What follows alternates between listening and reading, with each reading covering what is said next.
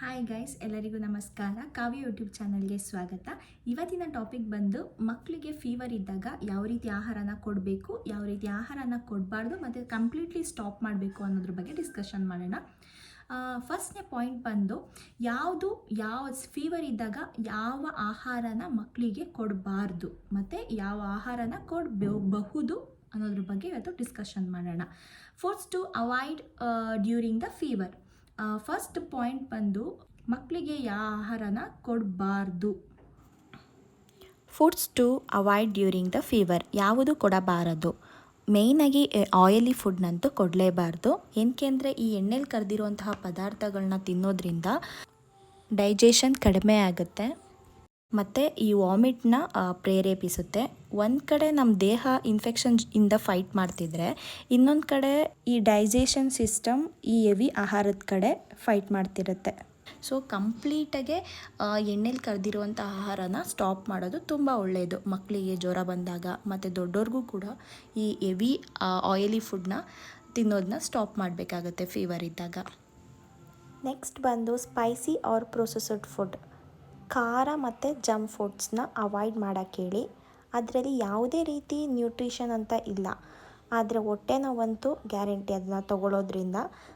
ದಯವಿಟ್ಟು ಖಾರ ಕಮ್ಮಿ ತಿಂದಷ್ಟು ಹೆಲ್ತಿಗೂ ತುಂಬ ಒಳ್ಳೆಯದು. ಅದರಲ್ಲೂ ಚಿಕ್ಕ ಮಕ್ಳಿಗಂತೂ ಖಾರ ಕೊಡೋದ್ರಿಂದ ಬೇಗನೆ ಹೊಟ್ಟೆ ನೋವು ಬರುತ್ತೆ. ಖಾರ ಅವಾಯ್ಡ್ ಮಾಡಿದಷ್ಟು ಹೆಲ್ತಿಗೆ ಒಳ್ಳೆಯದು. Next third point sugar foods, ಅಂದರೆ ಸಕ್ಕರೆ ಇರುವಂತಹ ಆಹಾರ. ಈ ಚಾಕ್ಲೇಟ್, ಬಿಸ್ಕೆಟ್, ಕೂಲ್ ಡ್ರಿಂಕ್ಸ್, ಎಕ್ಸಾಂಪಲಿಗೆ ಹೇಳೋದಾದರೆ ಈ ಫ್ಯಾಂಟಾ, ಮಾಝಾ ಇದೆಲ್ಲ ಇಮ್ಯುನಿಟಿನ ಕಡಿಮೆ ಮಾಡುತ್ತದೆ. ರೋಗ ನಿರೋಧಕ ಶಕ್ತಿ ಬೆಳೆಯೋದಕ್ಕೆ ಬಿಡೋದಿಲ್ಲ. ಸೊ ಇದೆಲ್ಲ ಸ್ಟಾಪ್ ಮಾಡಿದ್ರೆ ತುಂಬ ಒಳ್ಳೆಯದು. ಎಕ್ಸ್ಪೆಷಲಿ ಮಕ್ಕಳಿಗಂತೂ ಇದನ್ನ ಕೊಡೋದ್ರಿಂದ ತುಂಬ ಹಾನಿಕರ ಅಂತಲೇ ಹೇಳ್ಬೋದು. ನೆಕ್ಸ್ಟು ಫೋರ್ತ್ ಪಾಯಿಂಟ್ ಬಂದು ಕೋಲ್ಡ್ ಫುಡ್ಸ್. ಈ ಐಸ್ ಕ್ರೀಮ್, ಕೂಲ್ ಡ್ರಿಂಕ್ಸ್ ಇಂತಹ ತಂಪು ಪಾನೀಯಗಳನ್ನ ಕೊಡೋಕ್ಕೆ ಹೋಗಬೇಡಿ. ಇದು ದೇಹದ ಟೆಂಪರೇಚರ್ನ ಕಡಿಮೆ ಮಾಡುತ್ತೆ ಅಂದ್ಕೊಂಡು ಕೊಡೋಕ್ಕೋದ್ರೆ ಇದು ಬಹಳ ತಪ್ಪು. ಗಂಟಲಿಗೆ ತುಂಬಾ ಹಾನಿಕರ ಉಂಟು ಮಾಡುತ್ತೆ. ಇನ್ನು ಫೀವರ್ ಜಾಸ್ತಿ ಆಗುತ್ತೆ ಹೊರತು ಕಡಿಮೆ ಅಂತೂ ಆಗೋದಿಲ್ಲ. Foods to give during the fever. ಯಾವುದು ಕೊಡಬೇಕು? ಕಂಜಿ ಇರುವಂತಹ ಆಹಾರಗಳು, ಅಂದರೆ ಈ ತುಂಬಾ ಬೇಗ ಈಸಿಯಾಗಿ ಡೈಜೆಷನ್ ಆಗುವಂತಹ ಆಹಾರಗಳು ಫೀವರ್ ಇದ್ದಾಗ.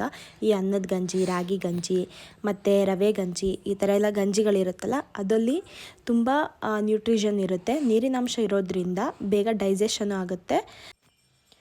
ಮಕ್ಕಳಿಗೆ ಫೀವರ್ ಇರೋ ಟೈಮಲ್ಲಿ ದೇಹದಲ್ಲಿರುವಂತಹ ನೀರಿನಾಂಶ ಕಡಿಮೆ ಇರುತ್ತೆ. ಸೊ ಹೈಡ್ರೋಜನ್ ದೇಹಕ್ಕೆ ಬೇಕಾಗಿರುತ್ತೆ. ಸೊ ಈ ರೀತಿಯ ಆಹಾರ ಕೊಡೋದ್ರಿಂದ ಆರೋಗ್ಯಕ್ಕೆ ತುಂಬ ಒಳ್ಳೆಯದು. Next point fruits.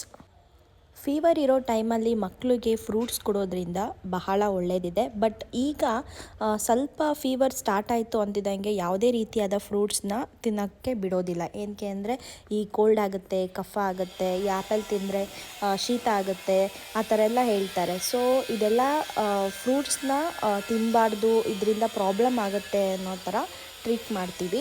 ಬಟ್ ಇದು ಸೀಸನಲ್ ಫ್ರೂಟ್ಸು ತುಂಬ ಅಂದರೆ ತುಂಬ ಒಳ್ಳೆಯದಿದೆ. ಮಕ್ಕಳಿಗೆ ಆರಾಮಾಗಿ ತಿನ್ನೋಕ್ಕೆ ಕೊಡ್ಬೋದು. ಇದು ಮಕ್ಕಳಲ್ಲಿ ರೋಗ ನಿರೋಧಕ ಶಕ್ತಿಯನ್ನು ಹೆಚ್ಚಿಸಲು ಸಹಕಾರಿಯಾಗಿದೆ. ಮಕ್ಕಳ ಬೆಳವಣಿಗೆಗೆ ತುಂಬ ಒಳ್ಳೆಯದು ಫ್ರೂಟ್ಸು. ನೆಕ್ಸ್ಟ್ ಪಾಯಿಂಟ್ ಬಂದು ಕಿಚಡಿ. ಕಿಚಡಿ ಅಂತ ಅಂದರೆ ಈ ಪೊಂಗಲ್ ಅಂತ ಹೇಳ್ತೀವಲ್ವ, ಇದರಲ್ಲಿ ವೆರೈಟಿ ಆಫ್ ಕಿಚಡಿಗಳಿದೆ. ದಾಲ್ ಕಿಚಡಿ, ಪಾಲಕ್ ಕಿಚಡಿ, ಈ ಥರ ಎಷ್ಟು ವಿವಿಧ ರೀತಿಯ ಕಿಚಡಿಗಳನ್ನು ನಾವು ಮನೆಯಲ್ಲಿ ಪ್ರಿಪೇರ್ ಮಾಡ್ಕೊಡ್ಬೋದು. ಇದು ಈಸಿಯಾಗಿ ಡೈಜೆಷನ್ ಆಗುತ್ತೆ ಮತ್ತು ಮೆತ್ತಗಿರುತ್ತಲ್ವ. ಸೊ ಮಕ್ಕಳಿಗೆ ಈಸಿಯಾಗಿ ತಿನ್ನಿಸ್ಬೋದು ಮತ್ತು ಗುಳುಮಂತ ಮಕ್ಕಳು ಕೂಡ ತಿಂತವೆ. ಸೊ ಇದು ತುಂಬ ಒಳ್ಳೆಯದು. ಇದೇ ರೀತಿ ತುಂಬ ಅಂದರೆ ತುಂಬ ವೆರೈಟಿ ಕಿಚಡಿಗಳನ್ನು ಮಾಡಿಕೊಡೋದ್ರಿಂದ ಫೀವರ್ ಇರೋ ಟೈಮಲ್ಲಿ ಮಕ್ಕಳಿಗೆ ತುಂಬ ಒಳ್ಳೆಯದಿದೆ. ನೆಕ್ಸ್ಟ್ ಬಂದು ವೆಜಿಟೇಬಲ್ಸ್ ಅಂತೂ ಮಕ್ಕಳಿಗೆ ಬಹಳ ಅಂದರೆ ಬಹಳ ಒಳ್ಳೆಯದು. ಒಳ್ಳೆಯ ಪೌಷ್ಟಿಕಾಂಶತೆಯನ್ನು ಕೊಡುತ್ತೆ. ಅವರಿಗೆ ಏನು ತಿನ್ನೋಕ್ಕಾಗದೇ ಇರೋ ಟೈಮಲ್ಲಿ ವೆಜಿಟೇಬಲ್ ಎಲ್ಲ ಕಟ್ ಮಾಡಿಬಿಟ್ಟು ಬೇಯಿಸ್ಬಿಟ್ಟು ಕೊಡೋದ್ರಿಂದ ತುಂಬ ಒಳ್ಳೆಯದಿರುತ್ತೆ. ನೆಕ್ಸ್ಟು ಬಂದು ಅದರಲ್ಲಿ ಒಂದು ಒಳ್ಳೆ ರೀತಿಯಾದ ನ್ಯೂಟ್ರಿಷನ್ ಇರುತ್ತೆ. ಮತ್ತು ಸೊಪ್ಪು ಅಂದರೆ ಯಾವುದೋ ಒಂದು ಸೊಪ್ಪು ತೊಗೊಂಬಂದು ಸೂಪ್ ಮಾಡಿಕೊಡೋದಂತ ಅಲ್ಲ, ಒಂದು ಒಳ್ಳೆ ನ್ಯೂಟ್ರಿಷನ್ ಇರುವಂತಹ ಸೊಪ್ಪನ್ನ ತಂದು ಅದರಲ್ಲಿ ಸೂಪ್ ಮಾಡೋದು ಇಲ್ಲ ಬೇಯಿಸ್ಬಿಟ್ಟು ಕೊಡೋದು ಮಾಡೋದ್ರಿಂದ ಮಕ್ಳಿಗೂ ಕೂಡ ತುಂಬ ಇಮ್ಯುನಿಟಿ ಪವರು ಹೆಚ್ಚಾಗುತ್ತೆ. ಆನಂತರ ಈ ಥರ ತುಂಬ ಒಳ್ಳೆಯದಿರುತ್ತೆ. ಪಾಲಕ್ ಸೊಪ್ಪಾಗಿರ್ಬೋದು, ಸಬ್ಬಕ್ಕಿ ಸೊಪ್ಪಾಗಿರ್ಬೋದು, ಅರ್ಬೆ ಸೊಪ್ಪಾಗಿರ್ಬೋದು, ಈ ಥರ ವಿವಿಧ ರೀತಿಯ ಸೊಪ್ಪುಗಳಲ್ಲಿ ಬೇಯಿಸ್ಬಿಟ್ಟು ಕೊಡೋದ್ರಿಂದ ಮಕ್ಕಳಿಗೆ ತುಂಬ ಒಳ್ಳೆಯದಿದೆ.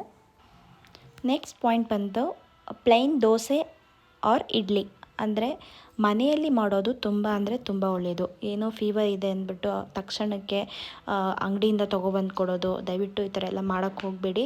ಫೀವರ್ ಇದ್ದಾಗ ಆಲ್ಮೋಸ್ಟ್ ಮನೆ ಫುಡ್ನ ತಿನ್ನೋದ್ರಿಂದ ತುಂಬ ಒಳ್ಳೆಯದಿದೆ.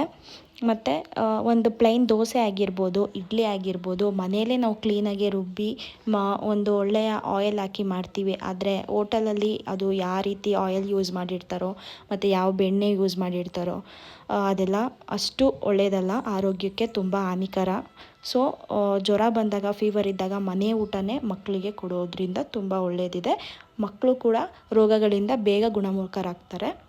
ನೋಡಿದ್ರಲ್ಲ ಗೈಸ್, ಯಾವ ರೀತಿ ಆಹಾರನ ಮಕ್ಕಳಿಗೆ ಫೀವರ್ ಇರೋ ಟೈಮಲ್ಲಿ ಕೊಡಬಾರ್ದು ಮತ್ತು ಯಾವ ರೀತಿ ಆಹಾರನ ಮಕ್ಕಳಿಗೆ ಫೀವರ್ ಇದ್ದಾಗ ಕೊಡಬಹುದು ಅನ್ನೋದನ್ನ. ಹೀಗೆ ನನ್ನ ಚಾನಲ್ಗೆ ಸಪೋರ್ಟ್ ಮಾಡಿ, ಲೈಕ್ ಮಾಡಿ, ಶೇರ್ ಮಾಡಿ, ನಿಮ್ಮ ಫ್ಯಾಮಿಲಿ ಫ್ರೆಂಡ್ಸ್ಗೆ ನನ್ನ ಚಾನಲ್ಗೆ ಸಬ್ಸ್ಕ್ರೈಬ್ ಮಾಡಿ ಅಂತ ಹೇಳ್ತಾ thank you for watching all.